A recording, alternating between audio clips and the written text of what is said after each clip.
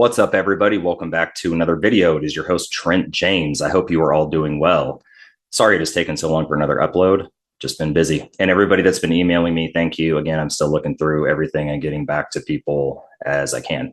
Before I get into today's video, just a couple of administrative things I wanted to cover up front. I wanted to give everybody an update on Deputy Alex Tong with the Mendocino County Sheriff's Office in Northern California. I did 2 videos about Deputy Tong a couple of weeks ago, about how he was arrested for strangling his girlfriend off duty and causing visible injury. So he was arrested for 273.5 of the California Penal Code, domestic violence with visible injury, booked into county jail, immediately bailed out. He pretty much went to rehab right away for his alcohol abuse or whatever, in conjunction with his PTSD from a shooting he was in years prior. And that was facilitated and pushed by the Mendocino County Sheriff's Office. It's very common where they're trying to CYA, cover their ass. So instead of sending him to a place like this years ago when they knew he was having issues, prior documented incidents involving domestic violence with his prior girlfriends, even his current one, they should have been doing that at that point. Now what they're going to try to do is help this guy out in court and help them out in court from getting sued, right? So they're going to try to say when court comes time for court, because he's going to be gone and probably in blackout period at a rehab. So when he comes back and he goes to court, Your Honor, look, Deputy Alex Tong, he has a alcohol abuse problem and PTSD. He's going through a hard time right now. He's just a misunderstood, little dude, and we need to cut him some slack. Yeah, sure, he choked his girlfriend, caused visible injury. It's also reported by neighbors that he pushed the same girlfriend up against a garage on an incident prior. Yes, he has other documented incidents of domestic violence with his prior girlfriends and a whole bunch of other things going on. But this time, he's getting the help he really wants and he really needs. And he's a completely revamped and changed human being. So we should just let him slide on this whole choking thing, who doesn't like to be choked? Am I right? Obviously that's like an exaggeration, but that's not far off of how this is going to end up going for him. And they're also going to try to medically retire him for psych, meaning he's going to get a check for life. He can't be a cop anymore because of Senate Bill 2 that passed in 2021, which gives a whole host of reasons that are going to, that would decertify a law enforcement officer from being a cop in the state of California. And he definitely crossed that line with the domestic violence charge. So his certification from post is going to get yanked. But now they're trying to cover their ass on their end at this point. And aside from that, a couple critiques from some comments I saw, people asking me to slow down. Look, I'm going to do my best. I've always been a fast talker my whole life. So I'll do my best to slow that down. I haven't done that at all yet this episode. And that one girl, I forgot who it was, and I can't find her comment again. It was not having it with my background. Look, lady, I'm not changing it. I like it. And the same girl, she was very angry that I was only showing this much and up of my body. It's kind of weird. If you want to see more, I charge for something like that. So send me a direct message. I'm just kidding. But seriously. Anyway, let's get into the topic of today's video. I had a few different requests for this. People are starting to drop me comments and, things that they want somebody that's a prior cop to cover, because I don't give a shit. And I'm very honest and blunt. I chose to stay out of law enforcement in 2021. There's nothing prohibiting me from doing so. I just don't want to do it. I've moved on with my life and I'm doing other things. But I'm very honest about this process because the public has a right to know. And you guys might think you know, but you don't. Disclaimer. This is not 100% of agencies, because I'm going to have the thin blue line boomer dudes with, the guys with the Skull Punisher stickers on the back of their Tacomas attacking me in the comments. Oh, that's not my agency. We would never do that. We don't run it like that down here. We're by the book. If you say that, you're a red flag automatically, and I know you're full of shit. Okay. But again, I was a cop for a while. I had friends in law enforcement across the country, state troopers, highway guys that work for police departments, sheriff's departments. One of my best friends works for Homeland Security. Okay. I got friends that work at Border Patrol. So these experiences are going to come from my personal experiences, things that I saw, guys that I worked with, stuff that they would tell me, things that I saw with them and my other close friends. Okay. Not 100% of cops here, not 100% of agencies. All right. And also people saying I'm a cop hater. No, I was one. I'm anti shitbag cop. There's a difference. Learn to listen. All right. You guys, some of you guys are ridiculous. Okay. I'm not hating. I'm just telling you the truth. All right. And if you don't like it, that's your own problem. So, but people wanted to know what goes into this hiring process, right? And what makes a bad cop. Now, I'm not going to get into the whole hiring thing. I'm going to try to keep this brief, but I'm going to focus on the three bigger ones, background check, polygraph, and psych evaluation. Okay, those are the big ones. Um, and somebody asked like if a cop starts off bad or they become bad or whatever. So I'll try to work that in. So just briefly, you apply to an agency, you go in for a written test that a 7-year-old can pass. You go to an oral board, which is an intensive interview, typically with 3 to 5 people affiliated with that department and an HR representative. They ask you all these questions. If you pass that, you go into a background check, polygraph examination. If those are passed, psych evaluation, sometimes a physical test in there, like push-ups and shit, which again, anybody can pass. And then you're hired, right? If everything goes smooth. The problem with these things is they're not real. They're pixie dust. It's like a fairy tale thing. It's wizard tricks. It's not a reality. And what I mean by that, and I've worked for 2 departments and I've tested with a few as well. So what'll happen with a background check? Let's just stick with that first. So they're going to you put down your references and stuff, right? And they ask you a bunch of questions about crimes you've committed, things you've been arrested for. They need to print out from your DMV history, who your teachers were, co-workers were, that kind of a thing. And they will check everybody for the most part. Okay. So your references, which we all know is a joke, right? But they're going to call reference number 1. Hey, reference number 1, this is so-and-so doing a background check on Trent James. I need 5 other people who know him. They give 5 other people or 3 or whatever, and they do that for all the references, and they ask other people. So before you know it, they're talking to somebody that you were loosely affiliated with in 7th grade. Sometimes they can go that far back and that deep, just depends on what they want to do. But the thing with the background check and why I say it's not real a lot of the time, and this was definitely applicable to the agency that I worked at the Mendocino County Sheriff's Office. It's because a lot of times people will pass their background check, meaning they're clean. There's no problems. But the background investigator or the department has some sort of personal issue with this individual that came up, and looking into their character and the type of person they are, their background, their experience. What a lot of agencies didn't like, and this was definitely applicable to the Santa Rosa Police Department, which was an agency south of me, and mine too. And a lot of them, if you don't fit their little cookie cutter mold, what they're looking for, because every agency, not everyone, but a lot of them have their own personality at them. So at my department and Santa Rosa Police Department, Santa Rosa Police Department was looking for like Boy Scouts that have lived at home their whole life, no life experience, and they wanted you to be like 22. Horrible way to go about hiring somebody. You're going to go into nothing but problems. And I saw that with a couple of guys that I went to the academy with, that one of them, they found out anyway, I won't get into that. But for mine, they wanted to see if you were going to be a problem in the future, challenging their authority, not going with the grain. And they wanted people that they could control very easily and that would go with the flow and do as they're told, and that kind of a thing. It was also like, who are they related to? Do we have friends in common with the sheriff or the captain? Because you're going to get pushed right to the front of the line. Even if you have shit in your background, that's going to get overlooked. Just for example, I had a few different lieutenants and supervisors that had all been fired from prior agencies back in the day for felony level crimes. They didn't go to court, but they all got fired. Okay. They became lieutenants at my agency and they got hired. Why? Because they had connections with people that ran my department. They knew that they would get picked up. So a lot of times it's who you know. You know what I mean? Because I've had people like, hey, Trent, I passed my background check with the Mendocino County Sheriff's Office, for example. They didn't hire me. Well, there's different reasons for that. And sometimes it can come down to a personal issue, for sure.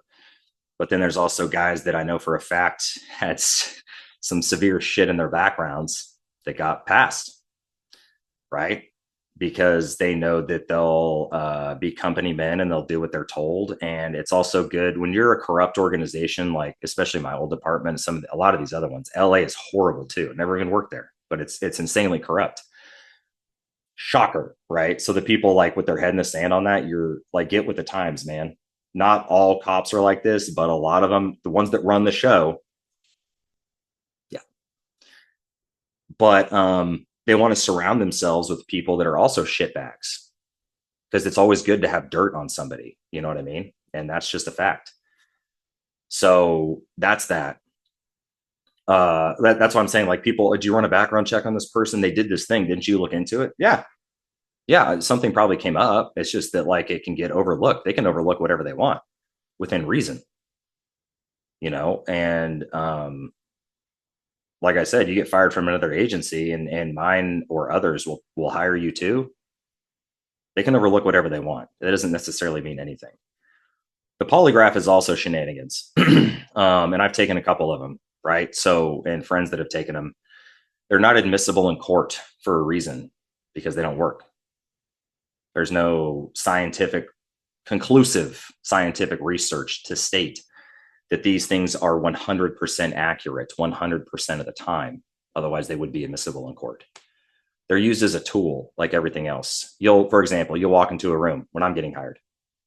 You have a guy that's like, hey, Trent, I'm polygrapher so and so. It's always some guy that's like 300 years old, right? And he's like, I've been doing this since fucking, since NAM, and you can't out trick me, and I know all the stuff to look for and whatever. And I'm like, okay, that's really cool, dude. I just want to get this test over with so I can go about go about my day.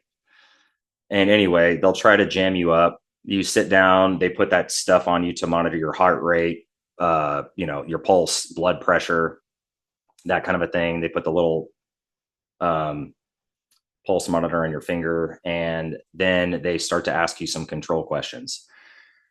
I'm probably going to get shit for this, for like talking about this, but I don't really care. Trent, you're giving away the secrets. It's common sense, man. You can Google most of this shit, right? You're going to find information on the internet about it. I don't really care. So they give you some control question. Is your name Trent James? Yes. Are you, were you born in this month? Yes. Okay. So now I want you to lie about it. Is your name Trent James? No, because they're looking to get a baseline, right? Then they get into the questions. The problem with the questions is they're shenanigans. So sometimes they'll look for things that came up in your background and they'll focus on that in the polygraph. But it's a tool that's used primarily because they'll jam these guys up and get them to admit to lying about something. But what I have a problem with is when they use it to fail people for no reason. One of my close friends I went to college with and to the academy with, some like little white redneck rancher cowboy dude, his polygrapher told him he was hitting and didn't pass his polygraph, hitting on the fact that he had been a member of a gang. No. Well, Trent, you don't always know what's in someone's background. Yes, I do. I knew this guy very well. That's bullshit. My other close friend that later went on to become a lieutenant at a police department, his original polygrapher, they polygraphed him 3 times because they didn't believe that he had never smoked weed in his life. He was just a goody two shoes nerd and had never smoked weed before, right? And the guy refused to believe it. So he basically said that my friend was lying, and it was a whole huge thing. And he ended up getting employed, but it's like these guys will use it for incorrect purposes, or they will fail you because without cause, because their little machine shows them something that's not accurate whatsoever. Agencies will also use it as a tool as they're doing your background check. If they find something in there, it's not like disqualifying on paper, or they find out your personality isn't going to mesh well with theirs throughout the course of the hiring process. They'll just say, oh, Trent James, you failed the polygraph. Sorry. Because you can't challenge it. There's no challenging that at all. And they won't tell you why, even if you fail a background check. So it's stupid. I also know guys that are cops still to this day that have lied on those things and passed successfully because they would brag about it on the street, that I would work with. And like, what am I going to do about it? A lot of those guys have been fired now. No shit. But but yeah, I've talked to guys that said like, oh, I passed my poly, I lied about this. One guy I used to work with, he's off work now and he's probably going to get fired, but he bragged in front of me and three other deputies one time that he had sold marijuana and trafficked it out of state prior to becoming a cop. And they didn't catch that in his background or polygraph. Right. And again, he's about to be fired and it's been a long time coming for him. That's one instance. And they could have technically known about that, but they'll still pass him if they want him. That's what I mean. And it's like, so that, but the polygraph didn't catch it. It's not a real fucking thing, because he obviously lied on that. And the psych evaluation, kind of the same thing. It's 1,000 questions and it's worded a different way to try to catch you slipping up. And if you just have a moderate amount of intelligence, it's not a problem at all. It's like, do you want to kill yourself? No. Do you like to play with fire? No, not really. Just like obvious questions. And then you get into the weird ones like, would you prefer to read a mechanics magazine or listen to classical music? And then it's like, dude, what the fuck is this shit? Here's the thing with the psych. Okay. And it's similar to everything else. They'll pass you if they want. Another one of my buddies that was a lieutenant for a police department in the Bay Area, Northern California. I'm not going to say the exact agency. I told him I was going to talk about this, and he said, leave my name out of it.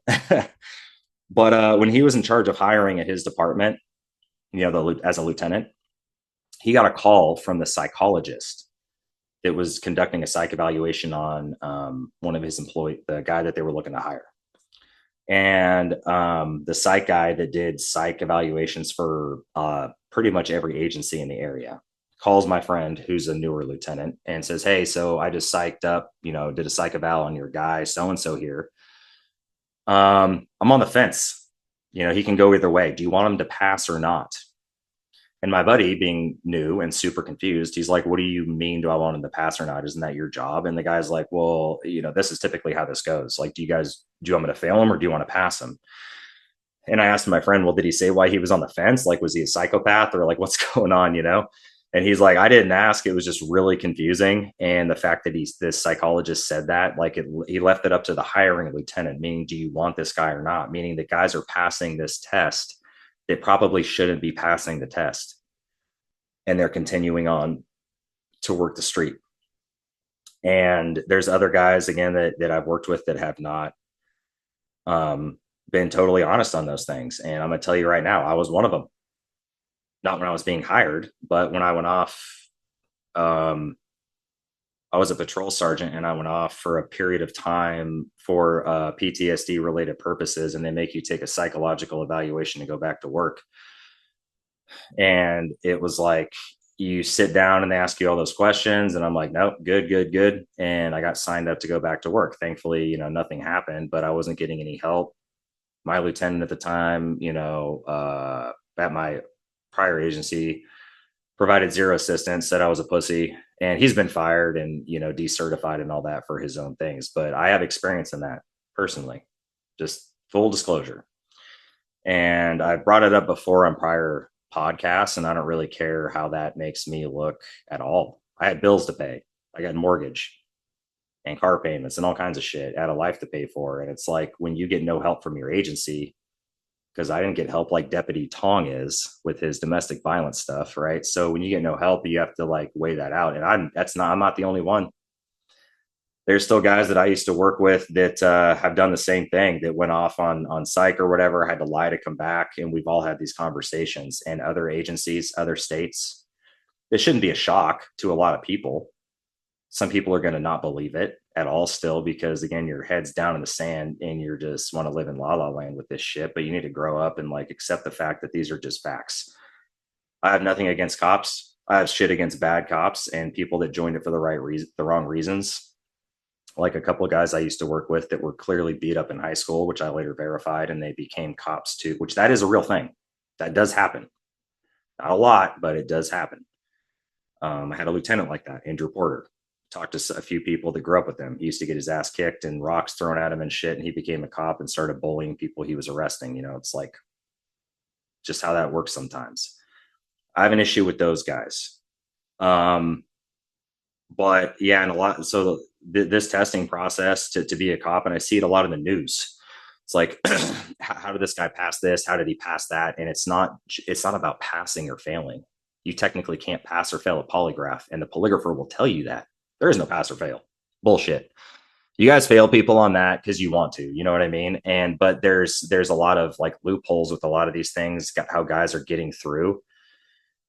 Um, and agencies will have major red flags during the beginning stages. When I did my psych thing that I just told you guys about, that was years after I had been hired, after I'd done a lot of shit. But up front, it's like they'll still cherry pick these guys that are failing these things. And, you know, the background investigator for my agency, who I've shown on here before, right here, is Zohar Zaid.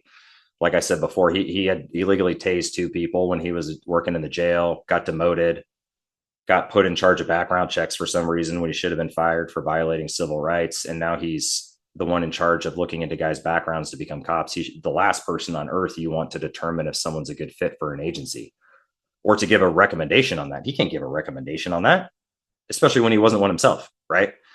So that's pretty much how that works. And then just to answer briefly, like, how did they start out bad or do they become bad? And it's like, what's bad? Like violating civil rights, illegal use of force, abuse of power, committing crimes on and off duty. I'm just going to stick with that in general. Both. You got a guy like one of my lieutenants, Derek Hendry. Like I said, he's been fired. He's had his house searched with a search warrant by cops. He's linked to a bunch of shit these days, investigated by the FBI. He started off bad. He was just very, very good at hiding it based on his upbringing, based on who his family was. And that's why he was also a good cop, because he thought like a criminal, because he was one. Then you have others that start off probably with good intentions, and as time goes on, they become jaded and angry at the system not working for them in their favor. Bad guys getting off with these things. They see all these weed growers where I worked driving around in $100,000 trucks while we're having to, you know, make what we make, which was still pretty good in my opinion. And they get angry and jealous, you know, and then that's a slippery slope from there. Or guys that, like I said, got bullied and they shouldn't have been in law enforcement. They let the power go to their heads when they are on the street. So it goes both ways. It's not just exclusive to they become bad later or they start bad. It's person dependent and stuff like that. So anyway, you guys, this was kind of a brief overview of that. I'm just trying to keep this within a certain time limit here, and I already went over what I wanted to do. I'm going to try to upload another one soon. And I just wanted to throw this up there. Anything else you guys want to hear me do in a future video, maybe not the next one, but in the future, or have more questions about or whatever, let me know. Any of the ride or die drinking the Kool-Aid cop dudes in the comments, I would love for you to challenge me on this, any of it, because you know it's facts just as well as I do. So you can't come at me with that. Just like you can't come at me with saying quotas are not real. Yes, they are. We had them. Okay. Anyway, that's going to be it for today's video. I hope y'all enjoyed it, and I'll see you in the next one. Take care.